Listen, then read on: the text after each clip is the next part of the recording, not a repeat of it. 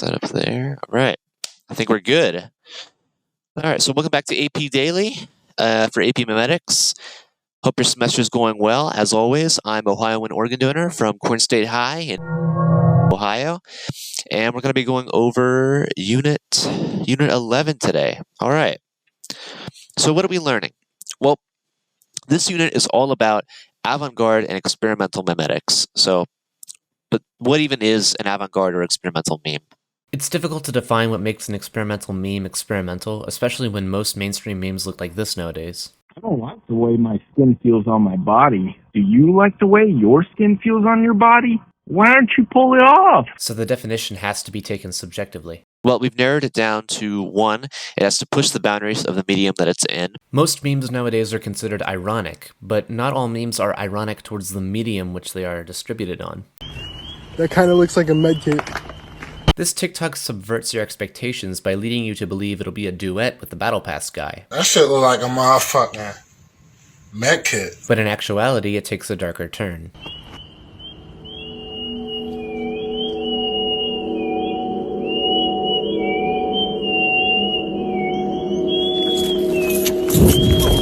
This duet is a perfect example of a meme that is ironic towards its medium and not its subject matter.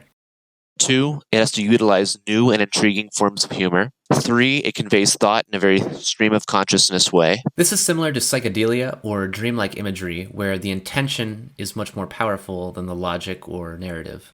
And 4, it capitalizes on the unknown. That's the difference between me hearing this Among Us remix for the 1000th time,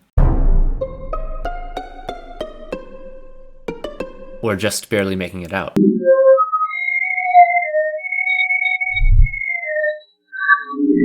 All right, let's look at some examples, shall we?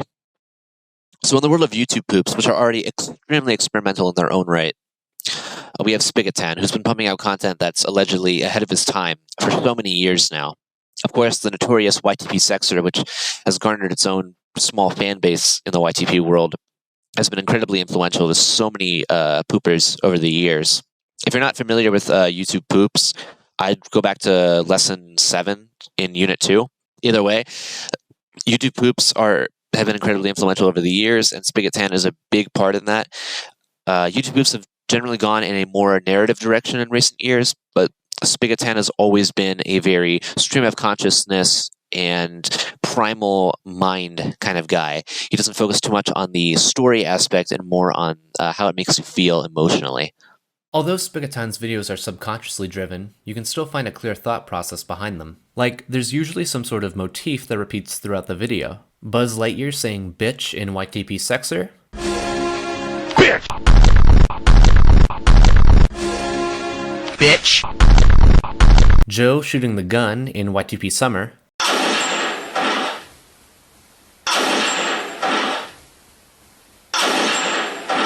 Or whatever that noise is in YTP Rigmarole. Then when that motif is repeated just a few too many times, Spigotan likes to throw in a non sequitur, something to catch us off guard.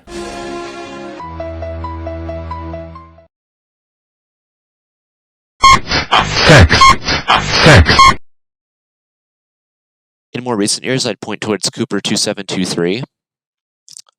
His content is sort of a blend between 2007 YouTube and modern YouTube, where we idolize small community leaders and community figures and follow them as influencers.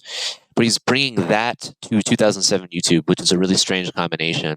Out of all the examples given, Cooper's content is definitely the most approachable. I should clarify again that even though Cooper's content is ironic towards its subject matter, that's not what makes it experimental. What makes Cooper's content experimental is the fact that all of that content is on one channel under one person. It's the mysterious character of the creator which makes the channel avant-garde.